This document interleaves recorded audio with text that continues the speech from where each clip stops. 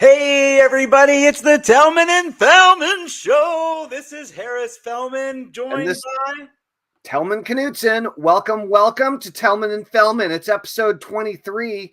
And our special guest for today, last minute, had a family emergency and was unable to join us. So today we're going to do a very special episode for you, all about adaptation, evolution, how to handle things when they go wrong, when something unexpected happens, when there's a last cancellation. minute change of plans. Yes, that's for sure. We'll start off talking about that, and then who knows where it'll go. I was really excited to do the intro.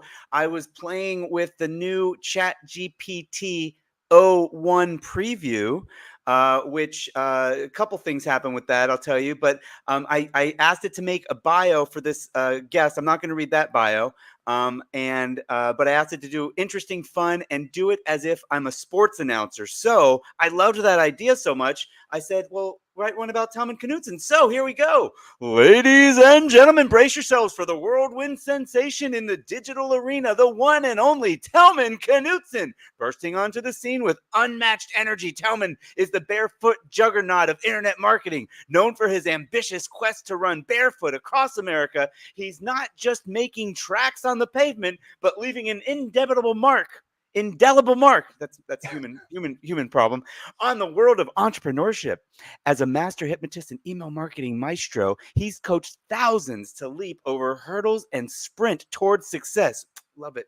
With the strategy of a seasoned coach and the flair of a showman, Tellman has founded multiple ventures, turning startups into champions. He's a best-selling author who's always ahead of the game, redefining what it means to connect and engage to the digital world in the digital world. If you're ready to kick off your shoes and dash towards your dreams, Tellman Knutson is the coach to get you there. Let's hear it for the unstoppable force revolutionizing the playbook of online businesses, Tellman Knutson. Oh, if only I would have stayed Wow. on camera properly. That would have been great. That was pretty good, huh? So first of all, good prompt. I really love that idea. I think that'll be fun. And then also, I don't know if you know, but Chat GPT O1 preview is supposedly able to, what does it think, basically? Let me see. I forgot. It literally goes thinking before it starts typing. And I think it's able to have logic, like Hmm. it can work problems out or something like that. So Maybe I don't know somehow that I it's gave it a more self-referential in a way, or something like that, like self-aware to a higher degree or something. yeah. Let's I haven't read any articles on it, though. There are a couple things I do have to say while we're moving in that direction. One is that, um, as flattering as the bio was, I don't believe I am a best-selling author. Maybe I am, and I missed it. But I've never done like a big, proper bestseller book launch campaign. I haven't done one.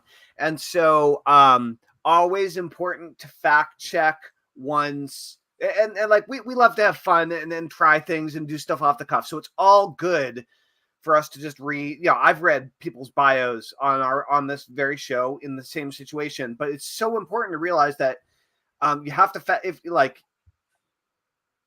if it's You're important for you to absolutely fact check right. yourself, then You're absolutely right, and I apologize for the oversight. As of my knowledge cutoff in October 2023, Tellman Knutson is not recognized as a best-selling author. Let me revise his bio accordingly. I'm not going to read it That's again. right. That's right. That's right.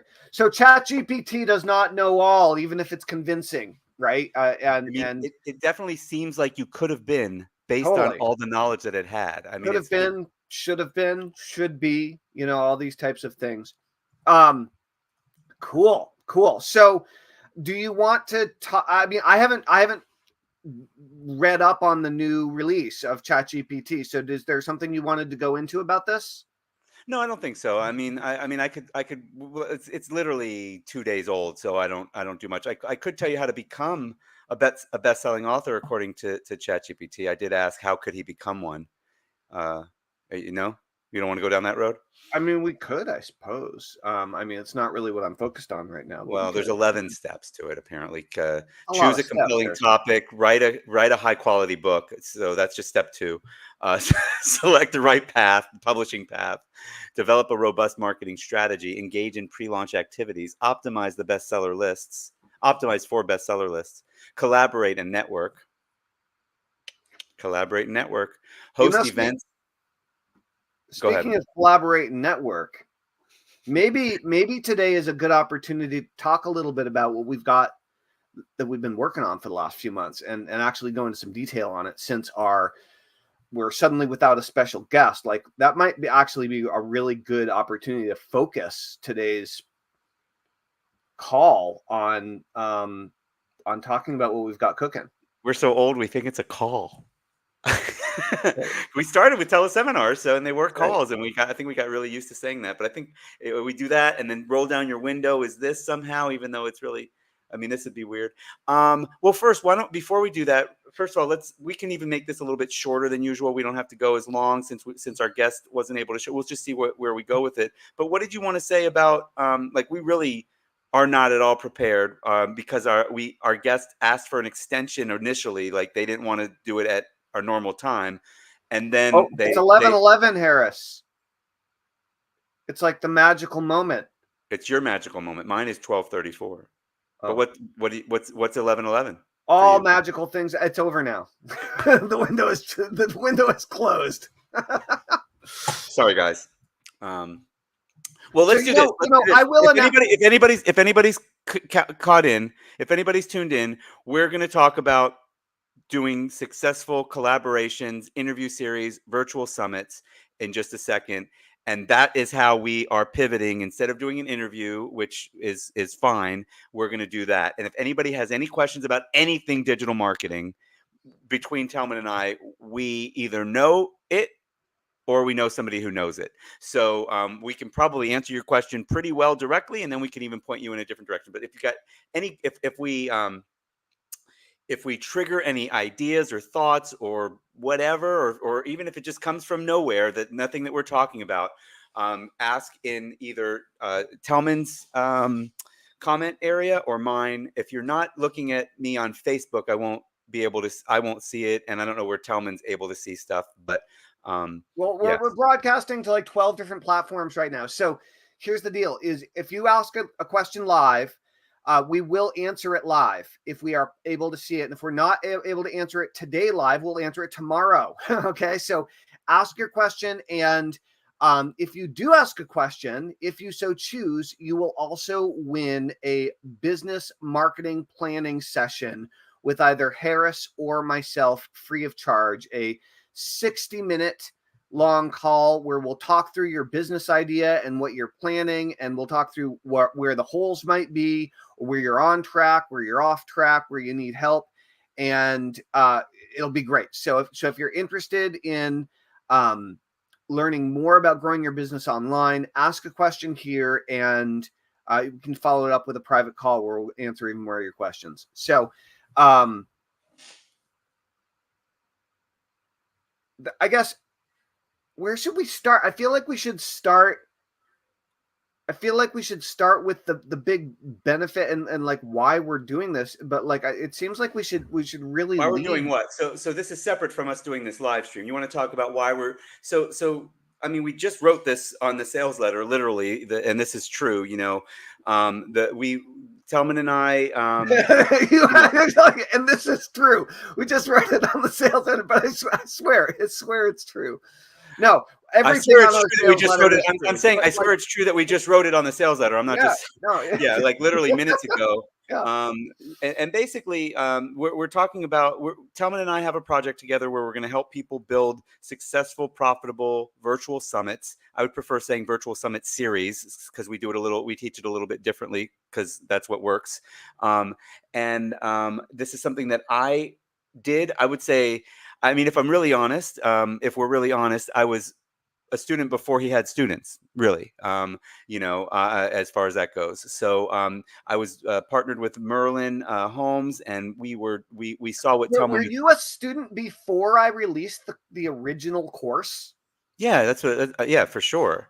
Oh, so you okay. So I was just advising you based on my up-to-date experience, but like and thinking on the model that you were attempting to Yeah, copy from me, and we right? Like made it, and and Merlin and I kind of made a tweak to it that you were like, oh yeah, that's the way you should be doing it. Like, but we thought you started that way, but you didn't. You started by just doing interviews and releasing them versus doing what we now teach as the right way to do a virtual summit. What this means virtual summit. This means event. This means get everybody to promote ahead of time so that you build a list ahead of time. So that's basically, and I don't know if you had even done it quite that way there yet, but basically you said, okay, if you're going to do that, why don't you have anything on your thank you page? Like what, I was like, oh, we're allowed to ask people for money already.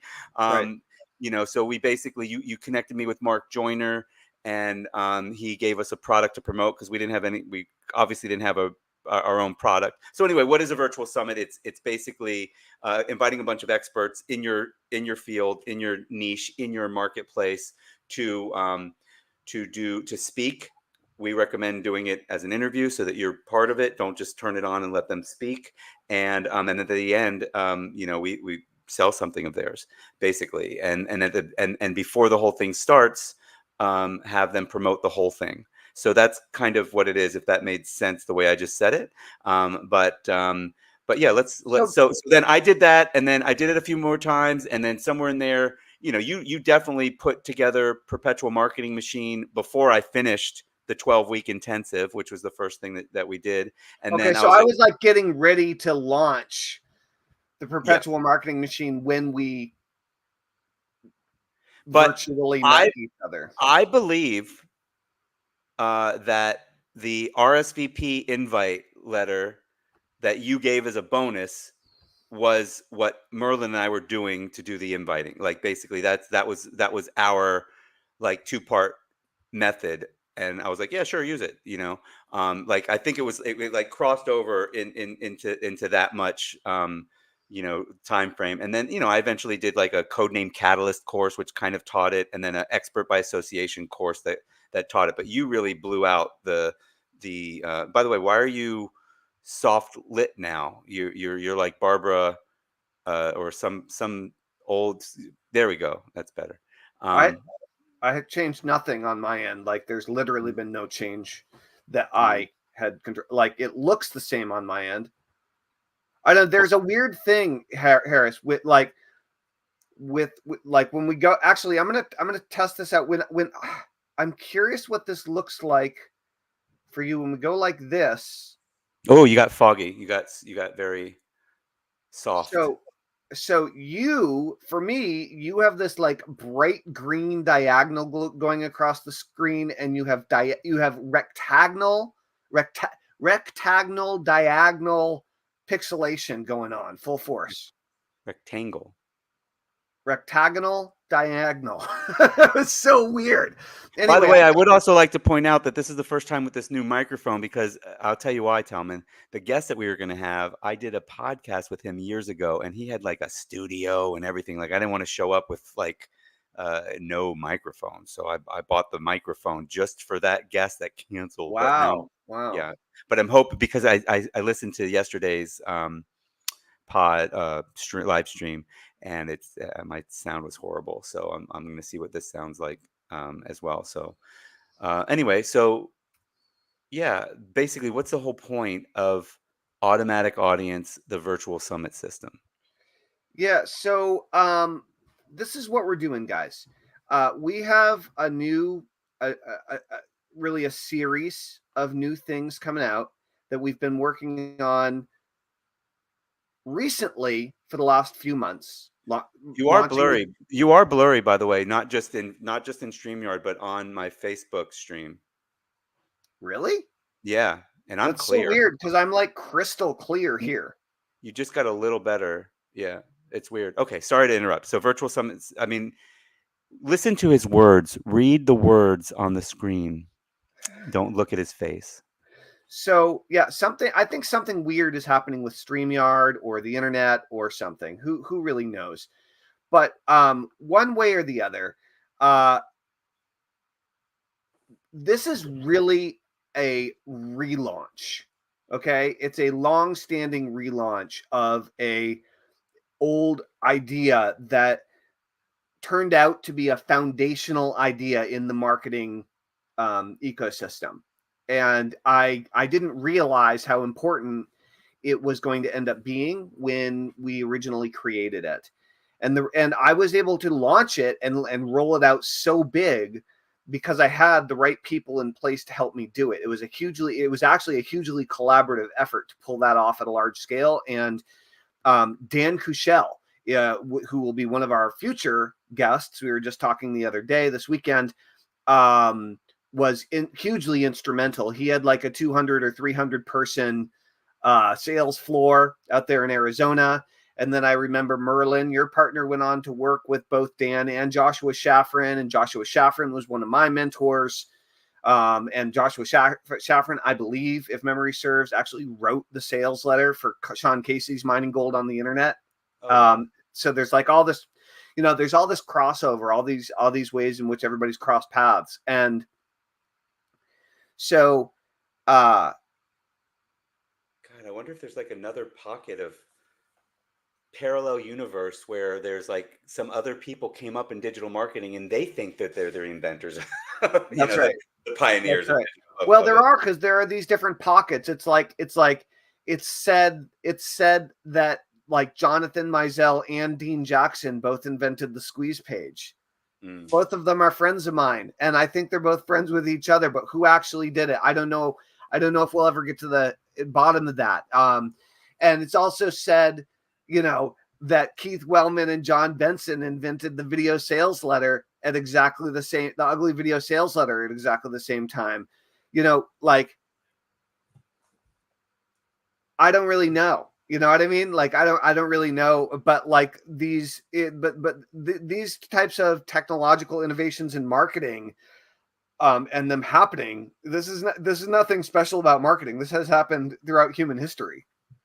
And so what happened was, like when I got started online back in the day, at the end of the day, like nobody knew my name. I had no expertise. I was a hypnotist in Vermont. I was in my 20s and I didn't know what I was doing. I knew that I didn't know what I was doing. I wasn't willing to pretend that I knew what I was doing when I didn't know what I was doing. I wasn't willing to just like act like an expert when I wasn't one. And I didn't have the money to I didn't have the money, and I didn't really know, even if I did have the money, who I should invest it in order to really get a good marketing and business education. I just wasn't sure, but I definitely didn't have the money to. I didn't have $2, $3, $4, $5 to throw at like, or 10 grand to throw at a home study course or a mentoring program or a mastermind group or any of that kind of stuff when I was, just barely able to pay the bills, and breaking into this internet marketing thing. And so after I learned a little bit about like essentially funnel building from Joshua Shafran's NPod course before it was called that, I realized, well, if I could do an interview series and interview all these people, which, you could think of it like a podcast or a talk show. I mean, interview series have been around for a long time, and get them all to promote the interview series, I could build my own list. I could build my, So NPod was trying to teach you to create your own product, and you felt like, well, I don't have any. NPod was trying to teach you how to create an opt-in list, squeeze page, opt-in list, follow-up sequence, and then selling a product, whether it's your own product or an affiliate product, right? But it basically taught you how to build a list, build a relationship with the list, over time sell various products and services to that list, and all of the ways of thinking about things that you need to do in order to make that happen. Like and what made you think about interviewing experts? I felt like I was in my 20s and I felt like I wasn't an expert, and I wanted to learn marketing, and I knew I didn't have the money to learn it, and I wasn't sure like really what I was going to do next. And I was trying to sell salsa on the internet. I was trying to sell hypnosis CDs on the internet. I was like looking at weird make money schemes and drop shipping things, and like weird like home cottage industry mail order schemes and like all these things, and it just all seemed wrong to me. It seemed and so I was like, well, I need to learn how to become a good email marketer. I need to learn how to build an email list. And the only way that I can think about doing that is by interviewing people. So maybe I can get some people to say yes. And like what happened was everybody said no. I released a PDF once, a special report called 63 No's, because I counted them up. I got 63 rejections in a row. Wow. Before I got my first yes, before I figured out, because I really didn't know what I was doing. Like I really had no, like my come from was just, there was nothing in it for them. You were just saying, hey, can I interview you?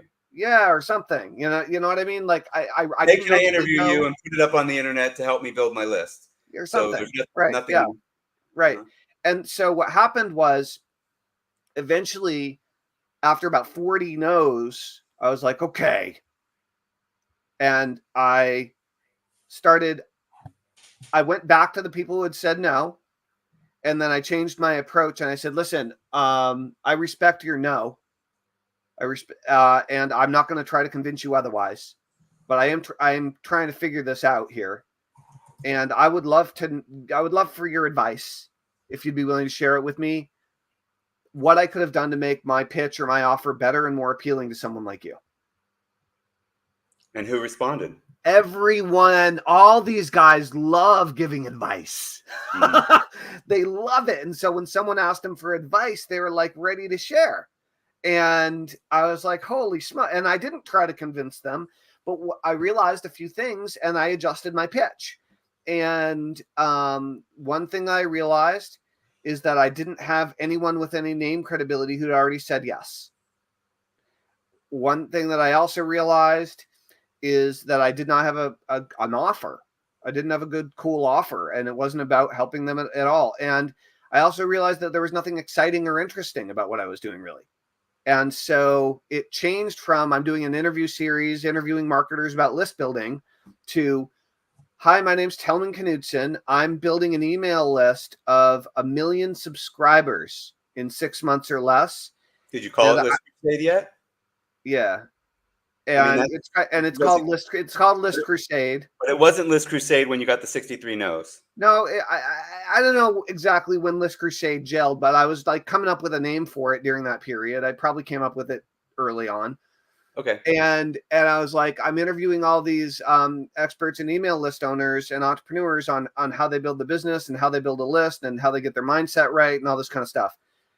And if you promote my interview series once, I'll promote you forever. So I'm going to try to build an email list of 1 million subscribers. I'm going to take the advice of everybody I interview, and I'm going to report back to my subscribers what works and what doesn't. And at the end of your interview, we can promote whatever you want through your affiliate program. And then I met a few people, because I'd already launched. Well, Nitro Marketing had already launched the Nitro Marketing Mindset.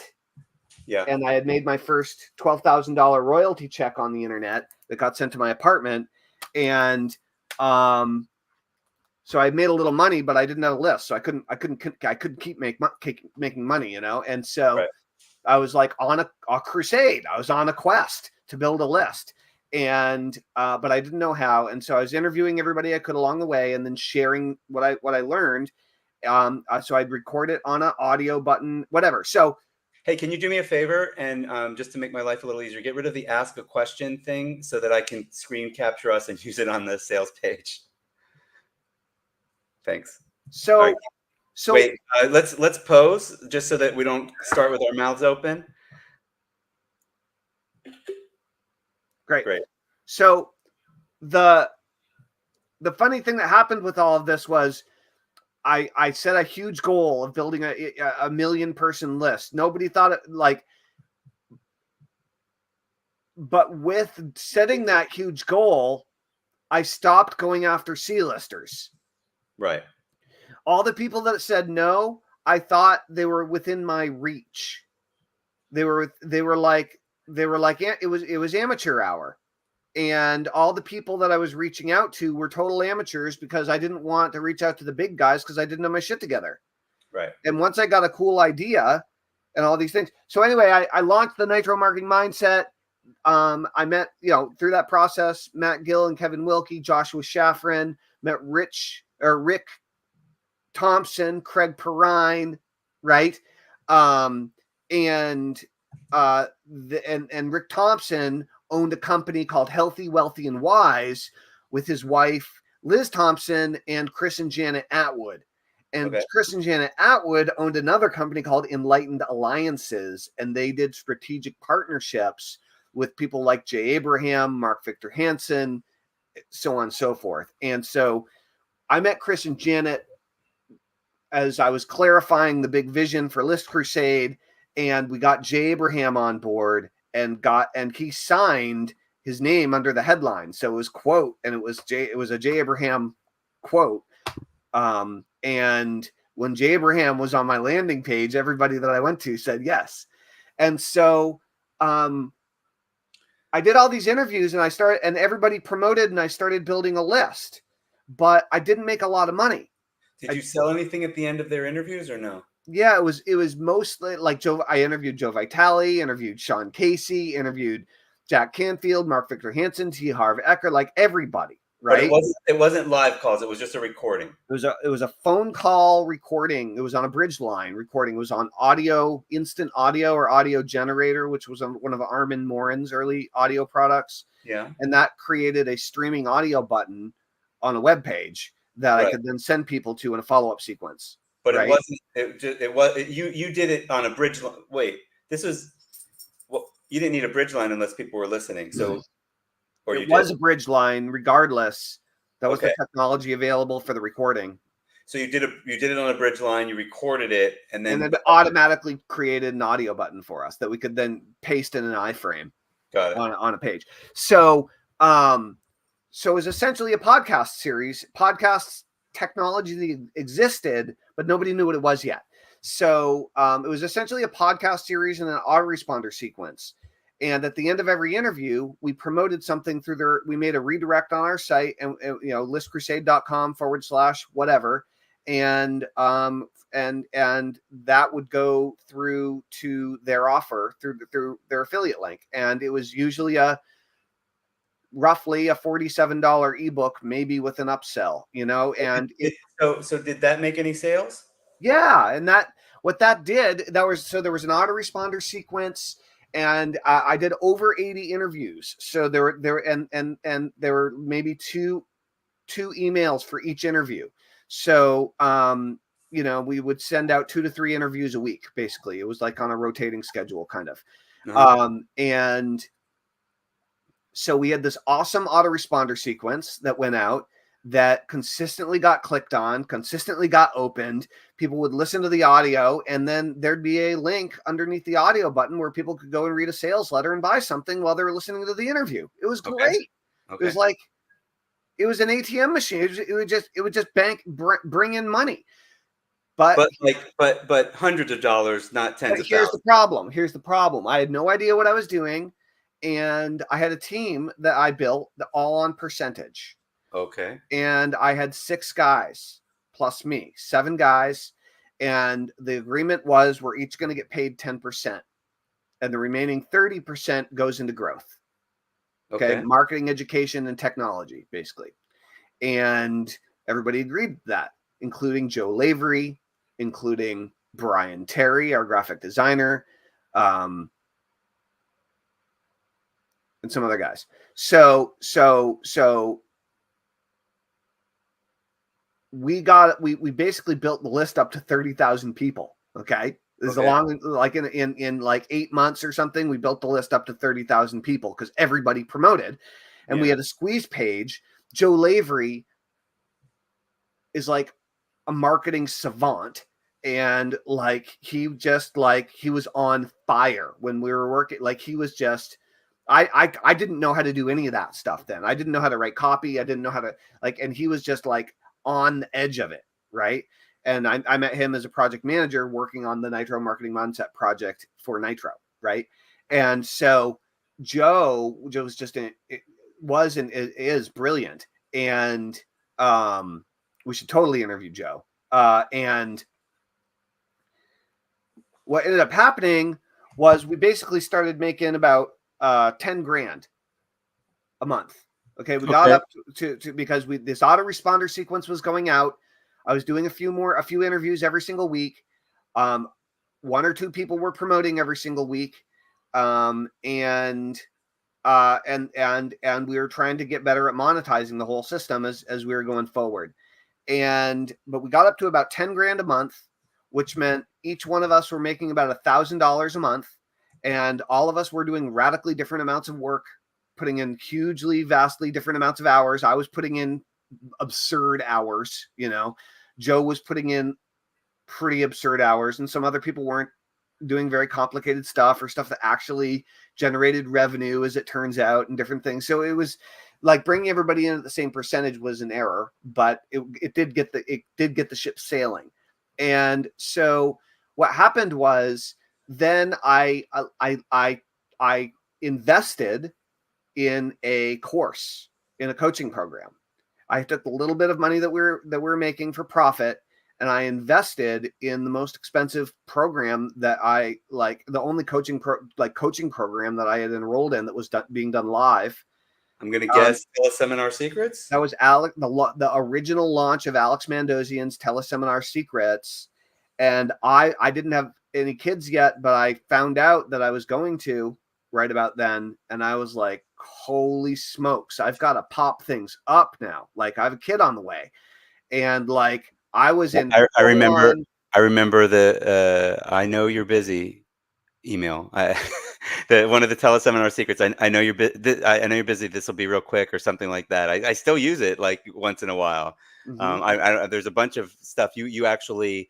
I'd never heard of Teleseminar Secrets. I was already doing 12-week intensives, and you were like, "Go get Teleseminar Secrets." You gave me your affiliate link. Wasn't that nice of you? Right. But I think you might have even given me your commission back just to kind of convince me to get into it or something like that. Yeah. So anyway, so you're doing these interviews. Here's what that actually taught me. Okay, yeah. Like I had already done over 100 interviews on the phone and recorded them. 100 interviews, you'd already made $50,000-$60,000. Yeah, I was already making, the business was making money, right? And so, what Alex Mandossian taught me how to do was he taught me how to run a virtual event and do a 60 to 90 minute presentation that sells expensive stuff. Not $47. Not $47. Usually in the most often it was in the $2,000 range. Sometimes at that time, occasionally it was more than that. Mm-hmm. But usually home study programs, coaching programs usually were around $1,997, $2,000. Okay. I didn't sell a lot of high ticket stuff on 12-week intensive. I still did 180,000 in sales, but I would say 500, 1,000, 1,500, 300, stuff like that was probably my price point. So that's interesting. Right. So what happened is like this really, so I was like, okay, interviews plus collaboration plus like essentially. So what Alex taught me how to do is he taught me how to sell from stage on the phone. Right. Okay. He taught me how to do stage sales. Stage, getting paid to speak on the phone. And that was revolutionary. Nobody else was teaching it. And like Alex, was it like a genius at teaching people how to do this. And like, I was young, I was hungry, and I was willing to go balls to the wall. And I became like his star student. And so what happened is over the course of 3 months, we went from making with the same list and the same marketing strategy. Well, almost the same marketing strategy. We went from, we kept doing everything else exactly the same, except we started doing one live teleseminar. Today, that would be a webinar per week with the previous people we had interviewed that were good to work with, that had something expensive to sell, that knew how to present, and had proven that they could promote. So That's what we did. And kapow. The list was super bonded to me already because of all the interviews. Mm-hmm. And then we brought back these great public speakers to sell their expensive stuff, and great presenters to sell their expensive stuff. And it just said, literally, we went from $10,000 a month to $100,000 per month by making this one shift. And so that completely that changed my life. Like, not only in the moment, in the amount of money that I was making, but it changed my belief system about what, like, I was imagining what might be possible, but I hadn't experienced it. And then I Right. experienced it, and I was like, holy So smoke. now let's I mean, I guess I'm interviewing you a little bit here. Yeah, that's So great. I also have a couple things. So first of all, you've mentioned that you were, taking 10%. Everybody was getting 10%. So now you've jumped up to 100,000. Was everybody still getting 10%? Hold on, commercial break. If you're interested in learning what we're talking about here and you want to build a large, responsive audience and email list by putting together a wildly profitable virtual summit, then type boot camp into the comments below and private message Harris or me, whatever channel you're watching this on. So type boot camp into the comments below and private message Harris or myself, and we'll send you a link to a video where you can get some more information, and then we'll have a chat if you want to. So commercial break over. Okay, great. Let me open my energy drink. That's right. Ugh. Poison. Anyway, so yeah, so let's how did you ethically, I mean, eventually you could not have kept that that arrangement, since you said it was a mistake. How long in did you keep that arrangement? The What do you 10%. mean a mistake? You just said a minute ago that paying everybody equal pay. Oh, that part. Yeah. So what happened was,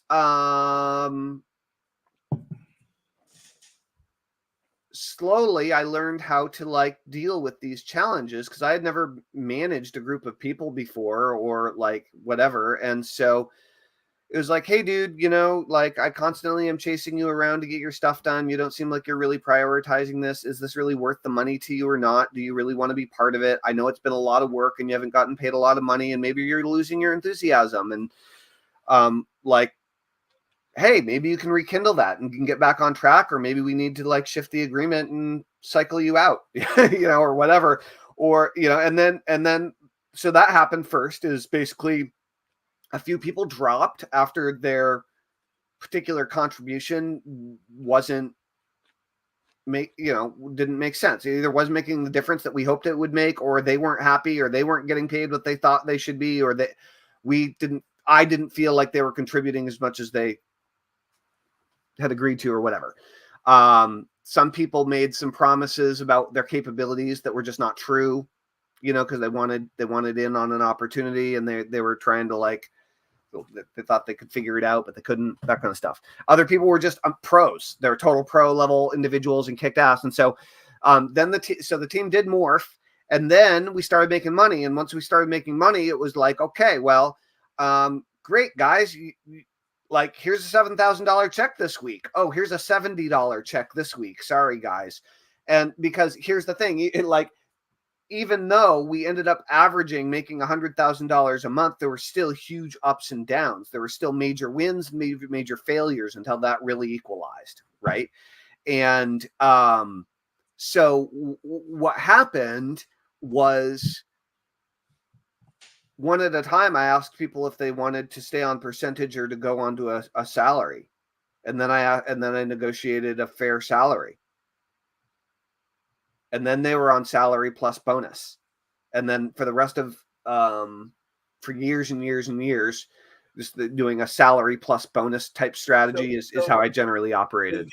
When things were like, when you said that you had 7 people, I was like, what the hell? That's like, it was just me and Merlin. Like, I don't think we needed outside help. So like, how many people did you end up really keeping for years and years on kind of salary plus bonus? Well, I mean, Joe Lavery was our copywriter and marketing strategist and tech guy half the time, if not more than half the time. So he knew how to put up web pages and write sales. Like he could do everything.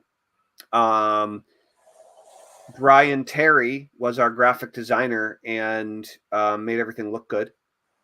He was essential.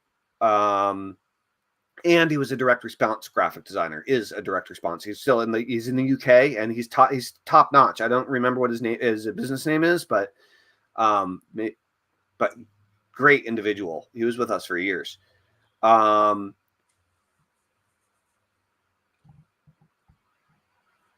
Eventually, we just needed someone that was like purely a tech person. And eventually we needed someone that was purely a copywriter. And I definitely ended up being a great, like once I understood marketing and really got it, I ended up becoming an amazing marketing strategist and a very effective copywriter, but not that consistent of a copywriter. Like I could write zingers that would, hit home runs and stuff, but like I was never good at just churning out copy on a consistent basis. That's an area that I struggle with. And so, and then eventually we got a bookkeeper, and then, and I was doing all the affiliate management for a long time because I was going to all the seminars and whatever. I was the extrovert. And eventually Kyle Battis, who went on to follow my advice, launch a virtual summit, build his. So I went to grade school, like elementary school, junior high school, and high school with Kyle Battis. And we went to a small school. Like there were less than 100 people in our graduating class. So we went through all 12 grades together and grew up in the same town.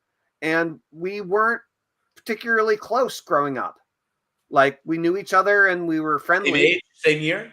What? Same year. But we just, he was more of a jock and I was more of like an artsy weirdo. And like we were all friendly to each other and we had, but like he more hung out with the sports crew and I hung out with more of the like nerdy crew, right? And but Kyle went on to go into health and fitness. And we both had younger siblings that were 3 years younger than us who were actually pretty good friends in high school. My sister Sarah was friends with his younger brother Brent, and so they reconnected at a campfire, a high school bonfire, and they exchanged like information about what their brothers were up to. And I had done a lot of weight loss hypnosis, and Kyle was doing all this fitness stuff. And so we just started talking about what we were doing. We just got on the phone and we're like, "What's up, dude?" And then that was where I was starting to take off with internet marketing, and Kyle got to like watch me like go from not making anything online to making millions of dollars online. He was like, "Dude, what the heck?" And so he followed the process for doing a virtual summit, and he broke free from his job. And then he went on. This was when it was still teleseminars. He did did you call it a teleseminar summit? No, we called it a teleseminar series. And did he do what he didn't do what you did, because you guys had the hindsight of like, you didn't have to build a list for months and then do it. He did. He followed the perpetual. He was a perpetual marketing machine student. He went through the course. He may have even gone through the course when I taught it live. I may have given him a free ticket or something. So when we say perpetual marketing machine student or an automatic audience student, yeah, this is somewhere along the line.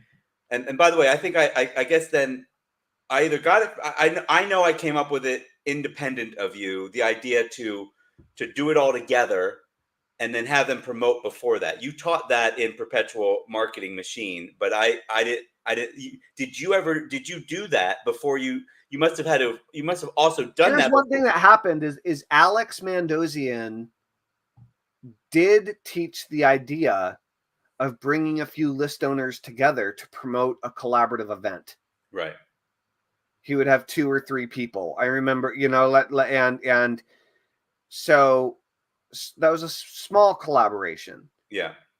I came up with the idea of doing a big collaboration because I had already done a big collaboration with List Crusade. I was like, well, shit, if he can get 2 or 3 people to promote one small little thing, what if I get 12 or 20 or whatever people to all promote all at once? Like, that's going to be bananas, right? And that was while launches were starting to really catch, right? StomperNet was launching, and all these guys were doing these collaborative launches together, and I was watching this happen. So I was like, well, this is kind of like a launch, right? Yeah. So it was I mean, who knows who did what first exactly. I'm not sure. Yeah. I was just wondering when that got introduced, because you started just interview, and then really you were able to extend that because you had built such a big list, and able to do that. But then obviously the quicker way to do that became to get to collaborate and get them all to do it ahead of time, which is what we teach now. That's right. So, But ultimately, yeah. And there were several that we did. One of them I did a cool one that was called the Ultra Marketing Marathon. And it was really funny the way we did it, because you and Chia had just released Autopilot Profits, and it converted like freaking bananas. I used that as my template for Site Stealer. Probably because I told you to, and probably from Ultra Marketing Marathon, because I used that for the sales letter for Ultra Marketing Marathon. Except the content for Ultra Marketing Marathon was a series of interviews that I did with like Matt Basak, Sean Casey, like all the guys, and we sold them. We sold the it was a series of 7 webinars, 7 teleseminars. We sold the audios and the transcripts, and we called it the Ultra Marketing Marathon. I think we did 7 of them in 7 days, and we sold them for $47, and it was converting. And I was like, let's run a split test. Test it at 97, guys, 50-50. And so they turned on the $97 split test. Not only did conversion double, but because of the price double, that was a 4 times increase in income, dude. So wait, you converted more at 97, twice as much at 97 as 47. It was shocking, and it held. It was awesome. So anyway, so I did one of these with hypnosis. I decided to re-enter the hypnosis market, and did the hypnosis event. I did the NLP event and interviewed a bunch of NLP experts and built a big list around NLP. I don't think I did an interview series around ADHD, but I did start a whole separate business with Stephanie Frank called Instant ADD Success, and we basically, using our marketing lists, built a $30,000 a month ADD business as a side project that we eventually. Rory Stern did one in ADHD. Yeah, Rory Stern was one of my students for the Perpetual Marketing Machine, and he, he's a doctor. He has a degree in psychology, and he is has a specialty in attention deficit and has attention deficit. And so he launched a virtual summit when he was originally coming on the scene, around attention deficit disorder, and did a big interview series and built a big list and audience around attention deficit. So you can do this in almost any market. I would say in any market, but like there's probably some kind of market out there that you couldn't. But in almost any market, well, any market that you want to improve, some sort of self-improvement. I don't know if I would, I don't think we could probably sell groceries with it. I don't know, but you probably think we could sell groceries with it. You could absolutely do like a high-end cheese summit, or hot sauce. We talked about that. Hot sauce summit.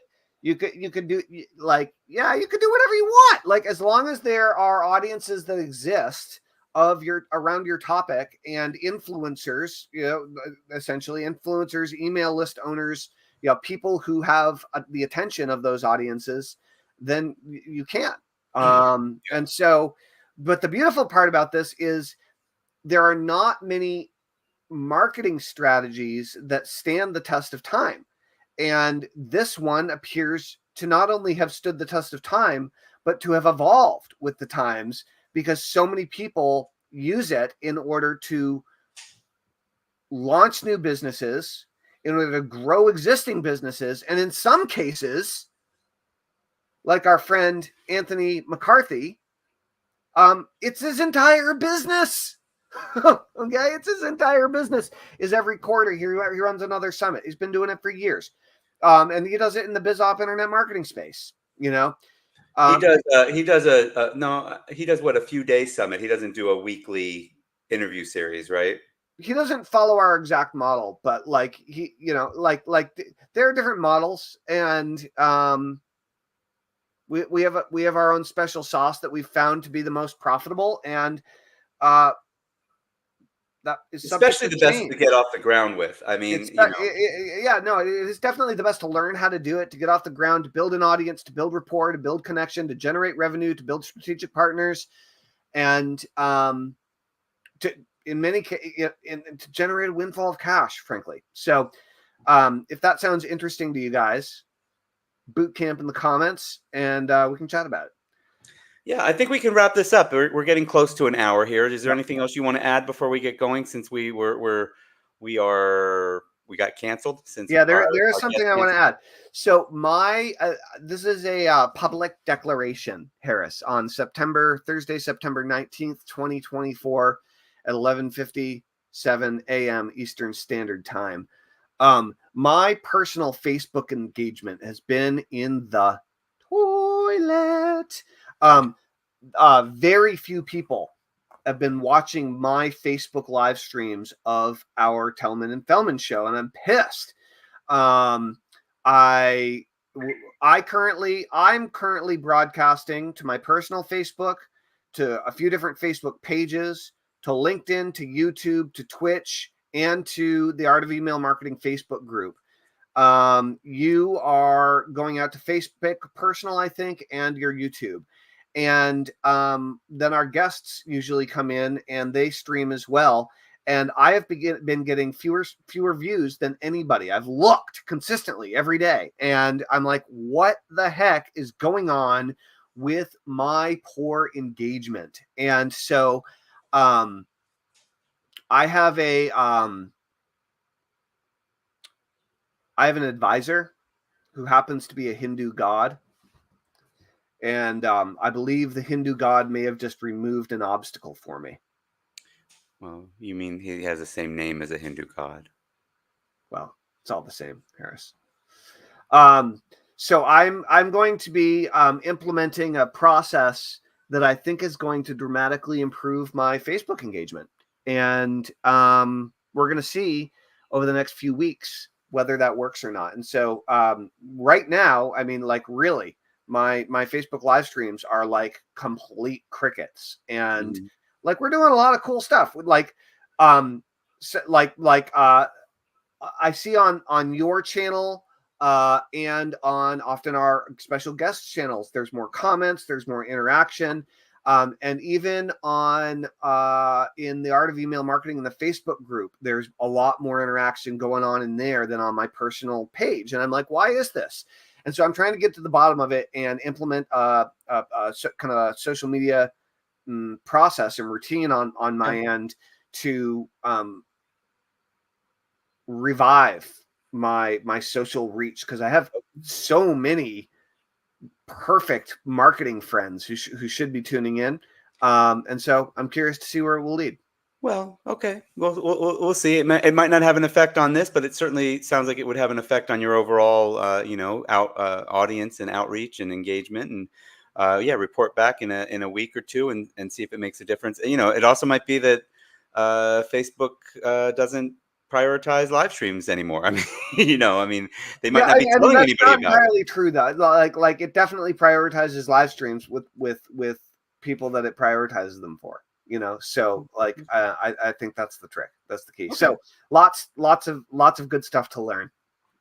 Okay, well, cool. But we'll be interested in hearing back about that. I know what it is, but we won't say since you didn't say. It's I'm not gonna secret. Secret secret process. secret process. Anyway, so cool. Let me know how that goes. I may do it as well, but Yeah, let me play with it first. Yeah, yeah, I think that would be better. So it's a better split test. that's right. Cool. Rock and roll. Thank you, Harris, and thank you guys. We will see you tomorrow morning at 9 a.m. sharp. We will. And who's our guest tomorrow morning? We should at least look and pretend like we're doing an actual show here. Our guest tomorrow is. It's over here, Harris. It is. Ooh, Johnny Andrews. Oh, that should be Crazy exciting. Johnny Andrews. That's going to be a fun Cool. interview. Oh my God, you guys, so much ADD for me to try to control. Oh boy. Oh Rein boy. it in. All Rein right. it in. All Cool, right. guys. All right. Thank you so much. Have a great day. Over and out. All right. Bye, everybody. Or not bye yet, but Watch the Tellman and Fellman show all day, every day.